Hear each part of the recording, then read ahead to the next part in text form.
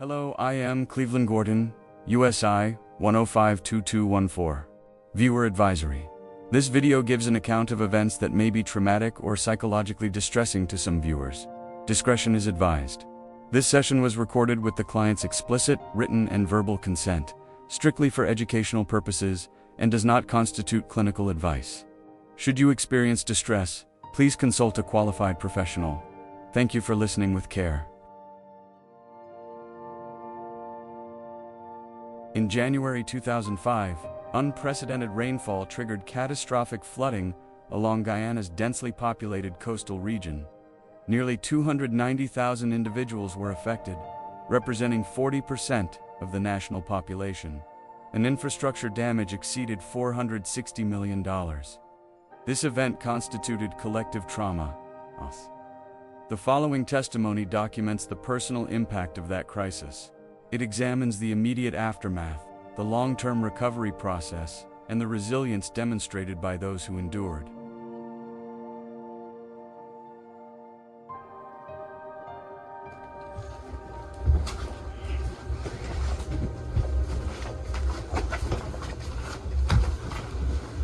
Good afternoon, Ms. Sharon. Good afternoon. My name is Clevelon Gordon, and today I'll be serving as your therapist. I've heard that you've experienced some dramatic events in the 2005 flood. Care to elaborate on that? Yep. Well, the 2005 flood was so dramatic that the whole place did flood out.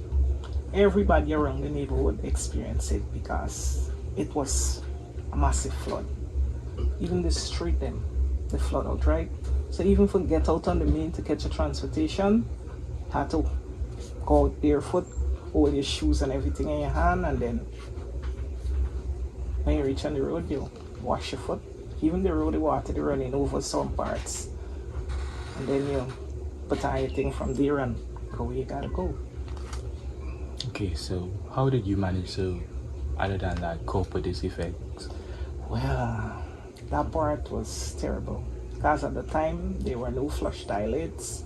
At least some people had, but not everybody. Me personally did not, so we had to deal with the yard toilet. So that was a terrible experience. So I would not like to go back down that road. Okay, so have these events affect you now that you're older? Well, what must I say? In a sense, yeah, because when you look back at a child, at them time, you won't like say for like your children, they experience that part of it.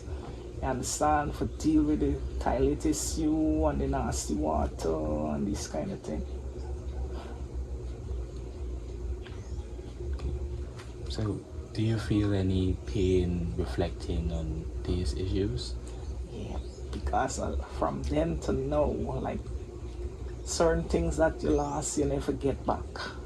You understand, things like we had like turkey and ducks and fowl, and you know, and you're trying, but like you never find your way back to that point in time. You understand? But you're still not giving up. You just keep trying because we had so many turkeys, camudi and alligator and this kind of thing, and we lost it and we never. And I always want to get back this turkey because I like them, but. Thank you for sharing your experiences in this event. Wow. Okay. Analysis. The client was allowed to freely express their thoughts, whatever as it may.